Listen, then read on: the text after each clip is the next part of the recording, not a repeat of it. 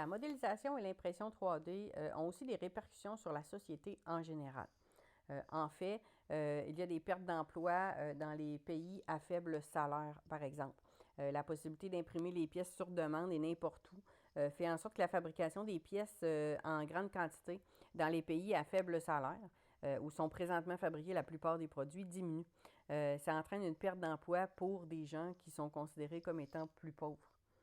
On a la perte d'emploi aussi liée au transport d'objets.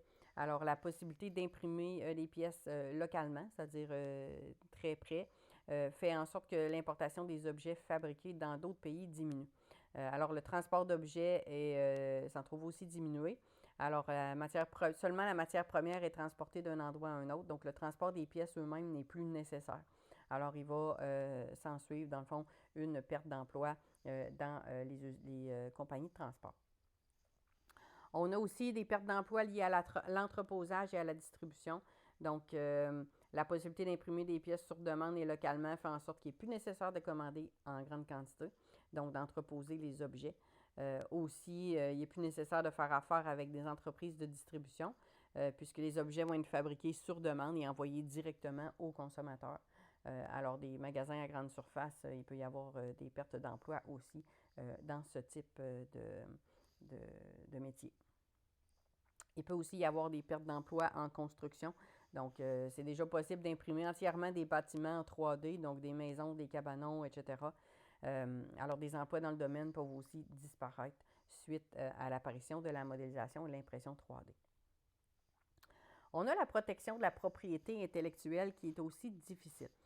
En fait, la propriété intellectuelle, c'est des droits d'auteur. Alors, le fait que des fichiers soient disponibles sur Internet, n'importe qui peut les utiliser, les modifier, les télécharger, les imprimer, vendre les pièces fabriquées sans avoir à dédommager le propriétaire original.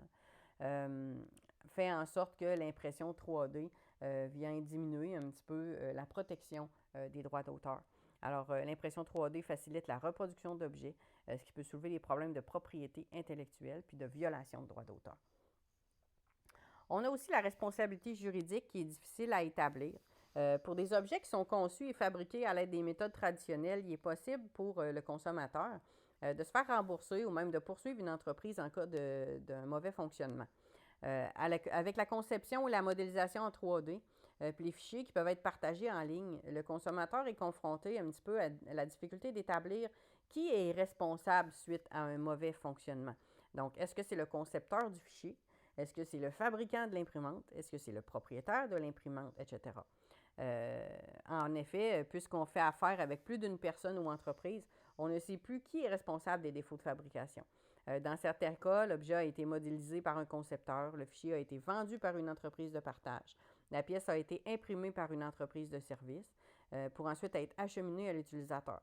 S'il y a un défaut de fabrication, à qui revient la faute à ce moment-là? Est-ce que c'est le concepteur de la pièce, le revendeur du fichier ou l'imprimeur? S'il y a une blessure suite au mauvais fonctionnement, qui est tenu responsable?